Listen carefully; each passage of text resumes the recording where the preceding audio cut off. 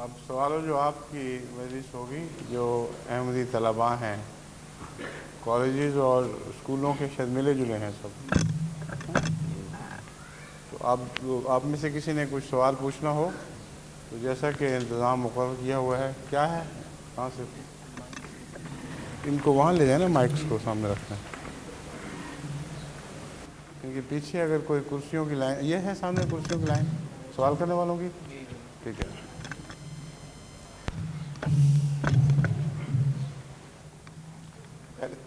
پہلے اپنا تعارف کروائیے کہ آپ کون ہیں, کس کلاس میں پڑھتے ہیں, پھر اس کے بعد یہ سوال کیجئے. السلام علیکم. میرا نام قدوس ہے اور میرے ابو کا نام ہے ناصر احمد ناصر. میں 4تھی کلاس میں پڑھتا ہوں. میں نے آپ سے یہ سوال پوچھنا تھا. میں نے ٹی وی میں دیکھا تھا کہ ایک جادوگر تھا. کیا؟ ایک جادوگر امریکہ میں مشہور ہے. تو ایک بلڈنگ تھی, وہ ٹوٹنے لگی تھی, گرنے لگی تھی. تو اس جادوگر نے نا اپنے آپ کو بکسے میں بند کیا. تو اس بکسے کو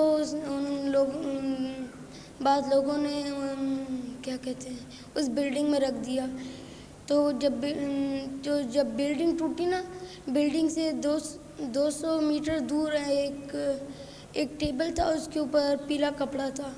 تو کیا کہتے ہیں 1 منٹ یا 2 منٹ کے بعد وہ بندر اس پیلے کپڑے کے نیچے آ گیا تھا. یہ بات حقیقت ہے.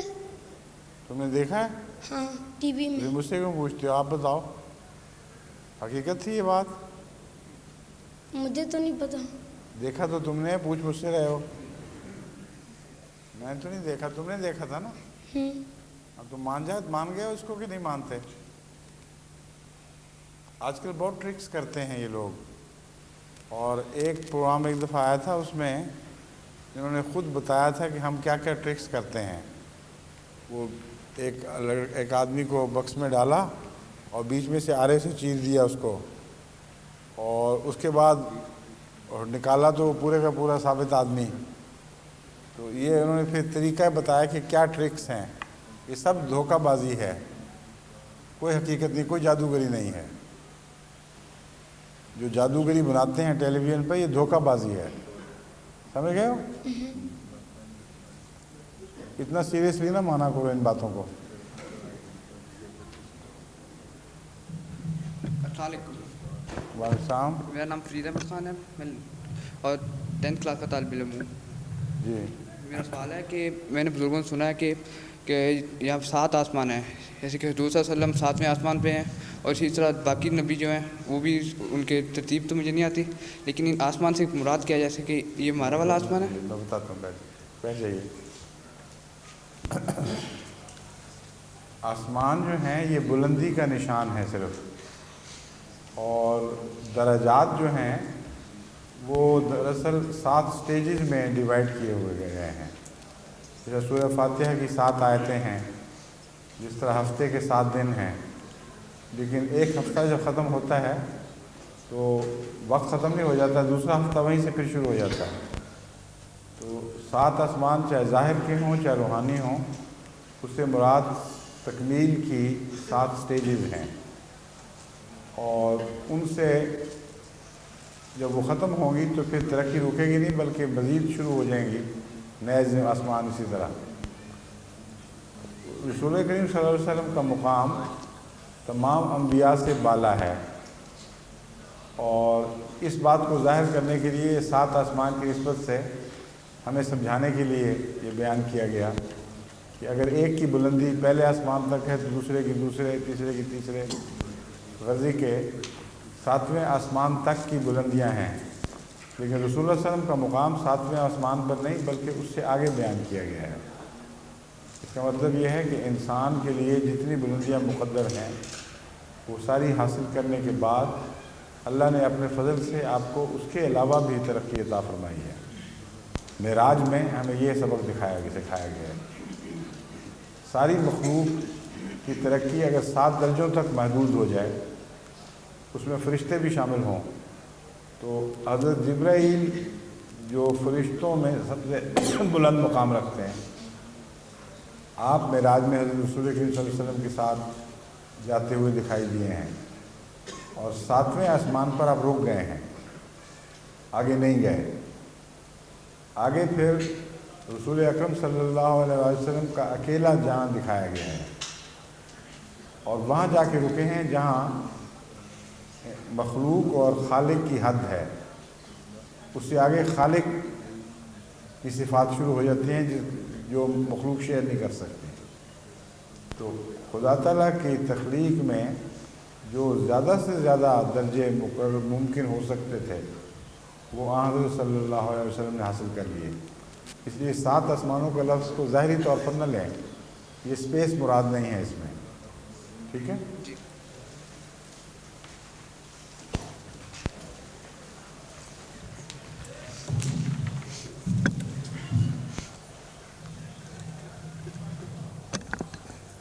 بات کریں. السلام علیکم حضور. اس کے باوجود لے لیا انہوں نے, ویل ڈن, بہت بڑی کامیابی ہے.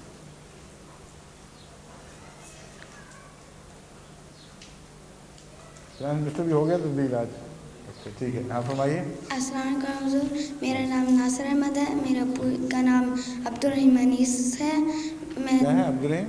عبدالرحیم انیس. ٹھیک. میں دوسری کلاس میں پڑھتا ہوں. میرا یہ سوال تھا کہ پڑھائی میں دل لگانے کے لیے, پیچھے ہٹو تو آواز پھٹ رہی ہے, ذرا سے پیچھے ہٹ جاؤ.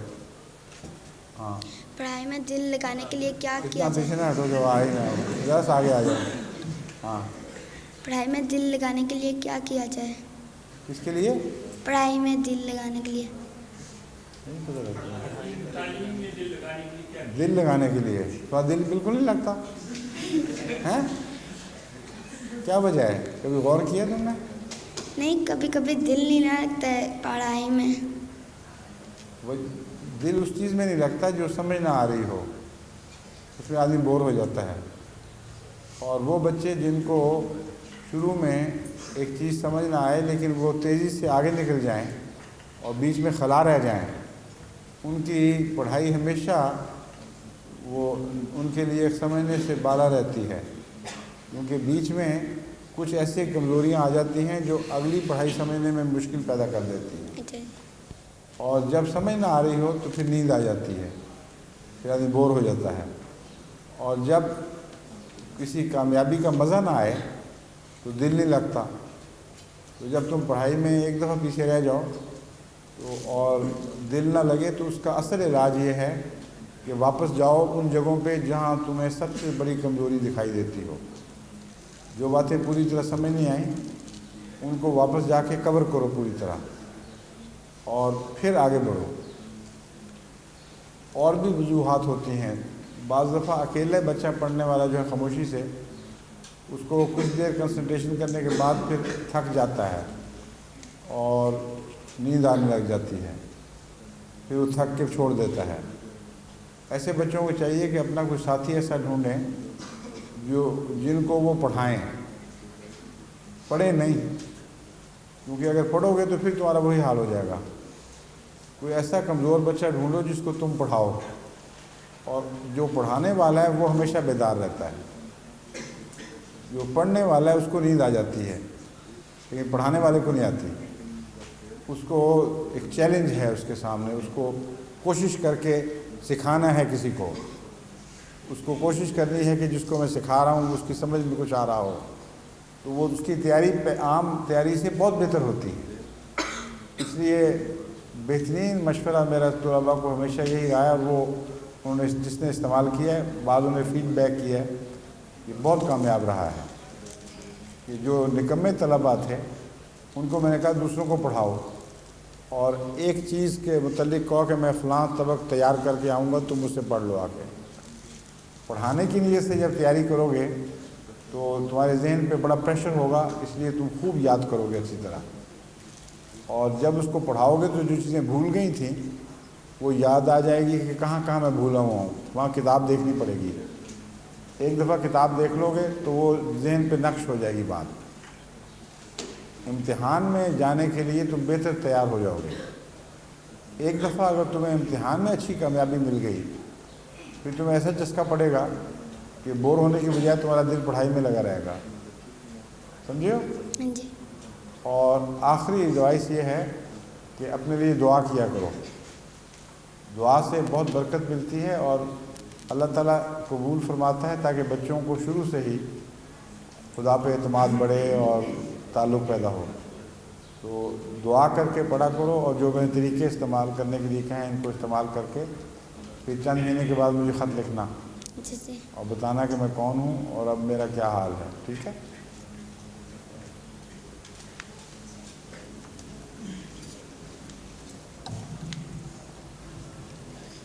السلام علیکم.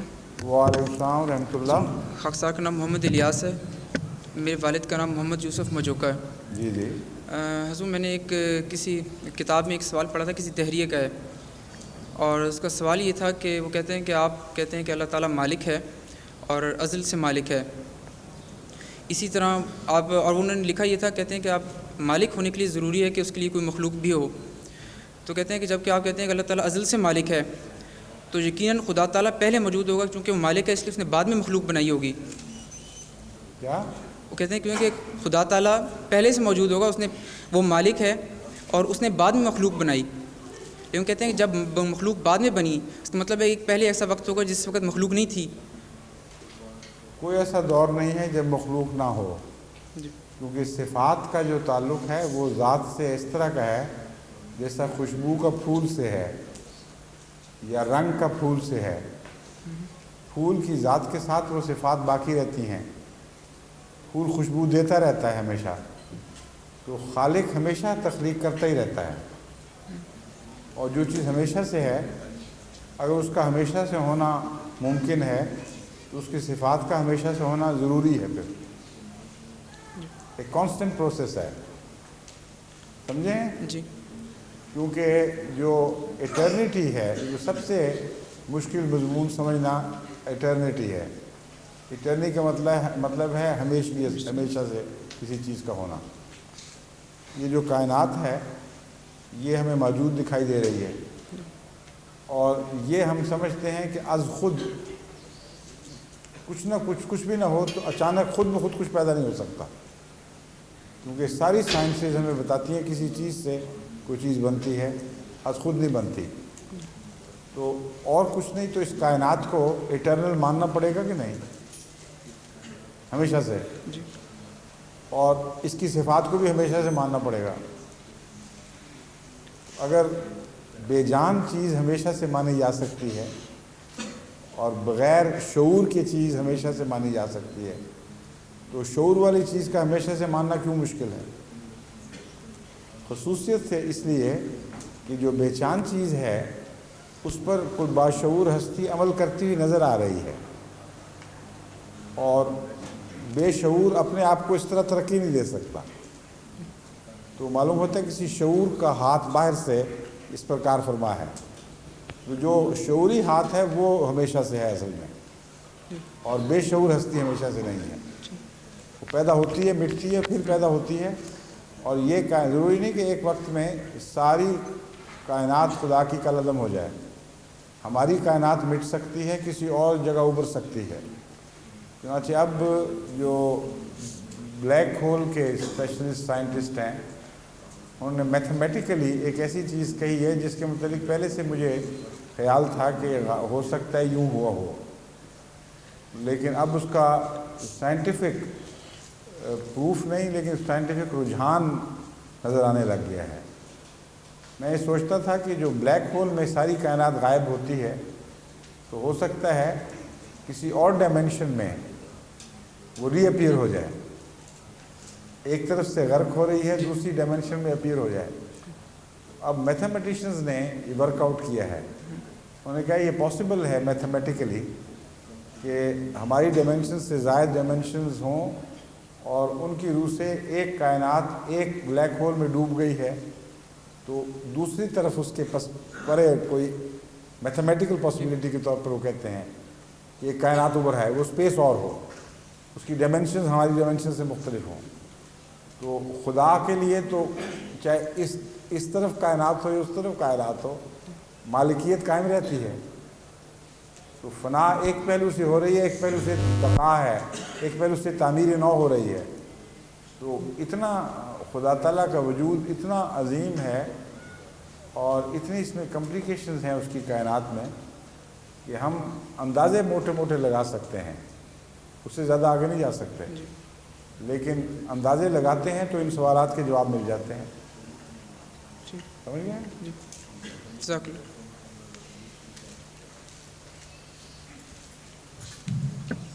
السلام علیکم. ٹرانسلیشن ہو بھی رہی ہے یہاں آفیشیلی؟ جی